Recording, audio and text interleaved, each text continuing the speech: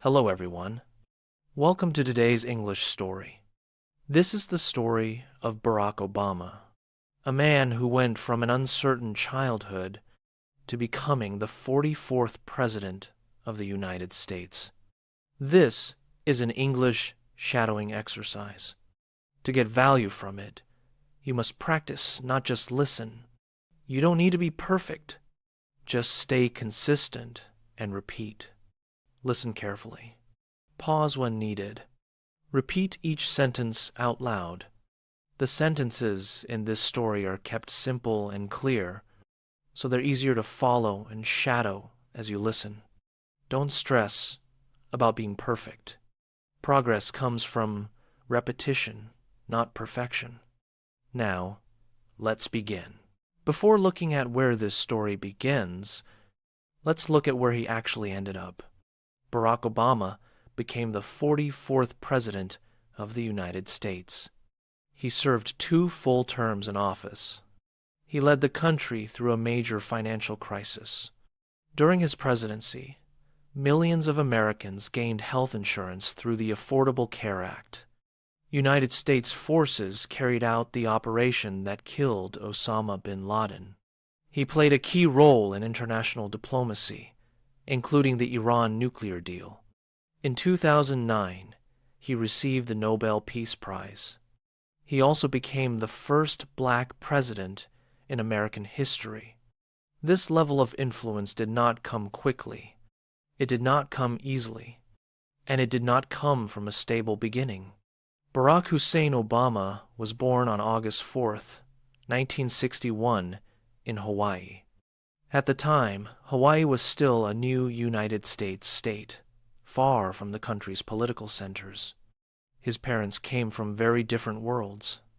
His father, Barack Obama Sr., was from Kenya and had arrived in the United States on an academic scholarship. He studied economics and was known for being highly intelligent, but also restless and ambitious. His mother, Stanley Ann Dunham, grew up in Kansas. She studied anthropology and was deeply interested in how societies worked, especially in developing countries. They met while studying in Hawaii. Their relationship was short. Soon after Barack was born, they separated. His father returned to Kenya. From that point on, Barack did not grow up with his father in the home. This absence shaped the structure of his childhood, not in dramatic scenes, but in everyday reality. Contact with his father existed, mostly through letters and occasional visits later in life. However, there was no daily guidance, no shared routine, and no consistent presence. Barack was raised primarily by his mother. Her support was not emotional speeches or constant praise. It was practical and intentional. She worked office and research-related jobs to support them. Later, she took development-related work overseas, managing projects, writing reports, and working long hours. At home, education was taken seriously. Reading was routine. Homework was checked. Discipline mattered more than comfort. There was no luxury in their lifestyle, but there was structure. At different stages, Barack also lived with his grandparents. They provided stability when finances or circumstances became uncertain. His grandfather worked management and sales roles. His grandmother worked at a bank. Bills were paid on time. Routines were steady. This environment gave him something essential: consistency. As he grew older, another challenge became impossible to ignore: identity. With an African father and a white American mother, Barack did not fit neatly into one category. In school, he was often the only black student in the classroom. People noticed. Questions followed, sometimes direct, sometimes uncomfortable. He had not grown up in Africa. He also did not fully belong to traditional black American communities. At the same time, he was never seen as fully white. This created a quiet tension, not anger, but uncertainty. Instead of reacting loudly, he turned inward. He read more than most students his age. He watched how people behaved in groups. He paid attention to who spoke, who listened, and who held influence. Over time, this habit became natural. Observation before reaction. Understanding before judgment. Rather than trying to erase his differences, he slowly accepted them. Being between cultures gave him perspective. It allowed him to see situations from multiple sides. At the time, it did not feel like an advantage. Later, it would become one. As Barack moved into his teenage years, one belief became clear.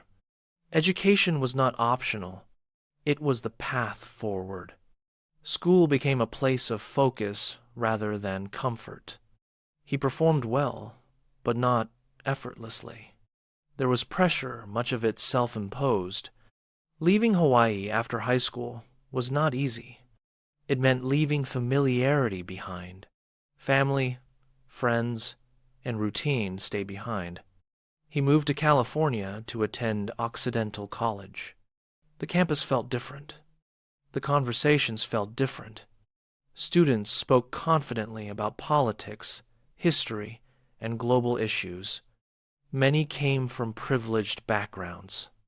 Many already seemed sure of who they were. That certainty did not come naturally to him. At Occidental, he began questioning larger systems. Race, power, inequality. He joined discussions. Sometimes he spoke. Often he listened. Over time, he realized something important. To understand society, he needed deeper exposure. That realization led to another difficult decision. He transferred to Columbia University in New York City. New York was not forgiving. The pace was fast. The environment was competitive. He lived simply. He studied seriously. There was little room for distraction. Political science became his focus, not as theory alone, but as something connected to real lives. Outside the classroom, the city itself became a teacher. Wealth and poverty existed side by side. Opportunities were uneven. Struggles were visible. Graduating from Columbia did not bring instant clarity. There was no straight path waiting. Instead of moving into a high-paying job, he made another unconventional choice. He moved to Chicago. Chicago exposed him to a different reality. He worked as a community organizer in neighborhoods that had been ignored for years. Factories had closed. Jobs had disappeared. Housing conditions were poor. The work was demanding. It involved meetings, planning, and long conversations with residents. Many people were skeptical. They had heard promises before. They had seen little change. Trust did not come quickly. Progress was slow, sometimes frustratingly slow. There were moments when nothing seemed to move. Funding was limited. Support was inconsistent. But this period taught him something no classroom could. Change was not about speeches. It was about persistence. It required listening before acting, understanding before leading. Over time, small wins appeared. Community meetings became more organized. Residents began to participate. The work did not transform the city, but it changed how he understood leadership. It also revealed limits. Local work could only go so far. To address deeper problems, broader influence was necessary. This realization did not come overnight. It developed gradually. Eventually, the idea of entering politics became unavoidable. Working in Chicago slowly changed the direction of his life. Community organizing taught him patience. It also revealed limits. Even when people agreed on the problem, solutions stalled. Funding required approval. Policies were set elsewhere. Decisions were made far above the neighborhoods he worked in. Over time, it became clear that lasting change required access to law and policy. Grassroots effort mattered, but it needed leverage. That realization pushed him toward another difficult step: law school. He enrolled at Harvard Law School. The environment was intense. The expectations were high. Many students arrived already confident, already connected. He arrived focused. At Harvard, he studied constitutional law and civil rights. He paid attention to how laws were written, interpreted, and enforced. He did not isolate himself. He engaged. Eventually, he became president of the Harvard Law Review. It was a rare position. It required respect from peers across ideological lines. This role mattered, not symbolically, practically. It showed that he could navigate disagreement, manage responsibility, and lead without dominating. After law school, he returned to Chicago, not to chase prestige, but to apply what he had learned. He taught constitutional law. He continued community work. And, gradually, the idea of public office became realistic. In 1996, he ran for the Illinois State Senate. The campaign was not glamorous. It involved door-to-door conversations, small meetings, local issues. He spoke directly to people about education, housing, and healthcare, not slogans. Specific concerns. He won. As a state senator, his work focused on legislation rather than visibility. He helped pass ethics reform. He worked on expanding healthcare access. He collaborated across party lines when possible. This period did not make national headlines, but it sharpened his political instincts. He learned how compromise worked, where it helped, where it failed. He also learned patience again. After several years, another opportunity appeared, a larger one. In 2004, he ran for the United States Senate. At the time, he was not widely known. The race was competitive. The expectations were limited. Then came a moment that changed everything. At the Democratic National Convention, he was invited to give a speech. Few outside political circles recognized his name. That night, millions did. The speech was calm, direct, and focused on unity. It avoided attacking individuals. It spoke about shared responsibility. One line stood out. There is not a liberal America and a conservative America.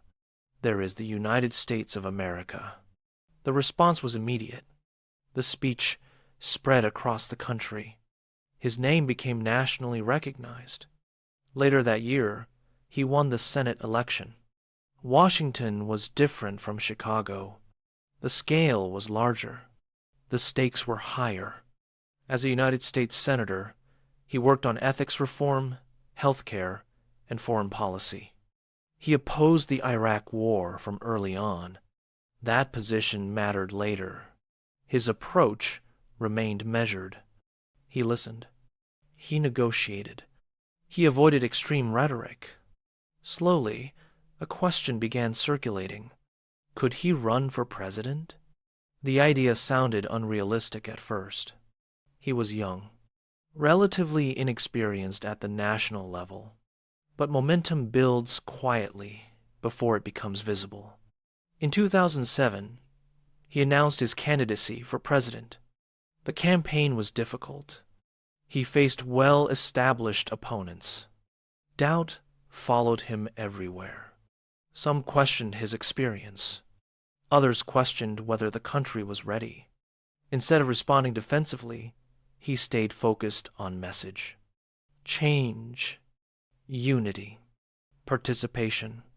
He did not present himself as flawless. He presented himself as deliberate. The campaign relied heavily on grassroots support, volunteers, small donations, community organization at a national scale. Against expectations, he won the nomination. In November 2008, he won the presidential election. History was made, but responsibility followed immediately. Becoming president did not bring relief. It brought weight. When Barack Obama entered the White House, the country was already in crisis. The financial system was unstable. Major banks were close to collapse. Millions of Americans had lost their jobs. People were scared, not hopeful. They wanted stability, not speeches. The first months were dominated by economic decisions. There was no time to build popularity or test ideas slowly. The administration pushed through a large economic recovery package meant to stop the bleeding. It was not designed to be elegant. It was designed to work fast. Money went into infrastructure, state governments, and financial institutions. This decision immediately created backlash. Some people believed banks did not deserve help. Others argued that the plan was too cautious. But the alternative was letting the system fail completely. At the same time, healthcare reform moved to the center of the agenda. The United States healthcare system was expensive, fragmented, and inaccessible for millions. Fixing it meant fighting insurance companies, political opponents, and even members of his own party. The Affordable Care Act was not born from idealism. It came from negotiation, compromise, and political pressure. Many parts of the original vision were removed just to keep the bill alive. When it finally passed, there was no victory lap. Lawsuits followed immediately. Opposition intensified. The debate never really ended. Still, millions of people gained health insurance. That outcome mattered more than applause. Foreign policy brought a different kind of stress. Ending wars sounded simple during campaigns. Reality was complex. Iraq required careful withdrawal. Afghanistan remained unstable. Every decision involved lives, alliances, and long-term consequences. In 2011, one of the hardest decisions of Obama's presidency arrived. A secret operation was planned to capture or kill Osama bin Laden. The intelligence was not perfect. If it failed, the failure would be public and damaging. If it worked, it would change history. The operation succeeded. Bin Laden was killed. There were no long celebrations, no dramatic speeches. The news broke. The country reacted. Then the work moved on. Over time, diplomacy became more important than military action. Instead of starting new wars, the administration focused on sanctions and negotiations. This approach led to the Iran nuclear deal. Supporters saw it as careful and strategic. Critics saw it as risky and weak. The debate was loud. It never really ended. Climate change moved higher on the agenda. Inside the country, environmental rules became stricter. On the global stage, the Paris Agreement showed cooperation between nations. It did not solve the problem, but it showed direction. At home, political division grew stronger.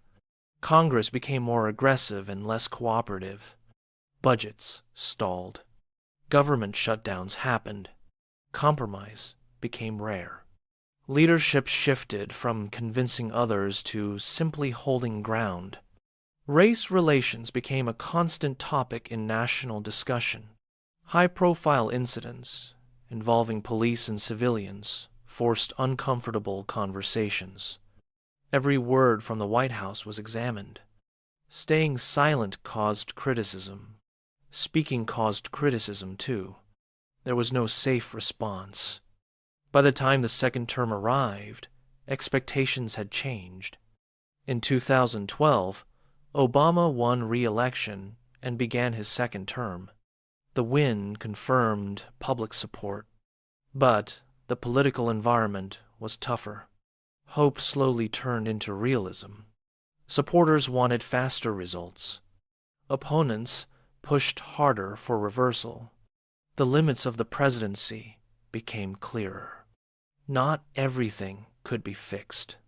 Not everyone could be convinced. When Obama left office in 2017, his time in formal politics ended. No more elections. No more laws to sign. No more decisions that changed lives overnight. Still, leaving the White House did not mean disappearing. During his presidency, millions of people, especially young people, had followed his speeches and ideas. Afterward, many still looked to him for perspective, not authority. Rather than staying inside party politics, he chose a different direction. He and Michelle Obama created the Obama Foundation to stay involved without holding office. The focus was leadership programs, community work, and civic education for younger generations. It was not about controlling outcomes. It was about helping others step forward. His memoir followed the same tone. It was not written to celebrate victories or defend every choice. It focused on decisions, trade-offs, and moments where progress stalled. Public speaking continued, but more carefully. Topics centered on democracy, climate change, and civic responsibility. He avoided placing himself at the center of attention. The role had changed, from someone who made decisions to someone people referenced. His legacy is still debated. Supporters point to healthcare expansion and diplomacy. Critics point to unresolved inequality and division. Both views exist at the same time. Leaving office did not remove pressure. It only removed control. Most of this journey didn't feel special while it was happening. It was slow, confusing, and full of waiting. Learning English feels the same. You listen. You repeat. You mess up. You think nothing is changing. If you stay with it, fluency comes later. And when it comes, it lasts.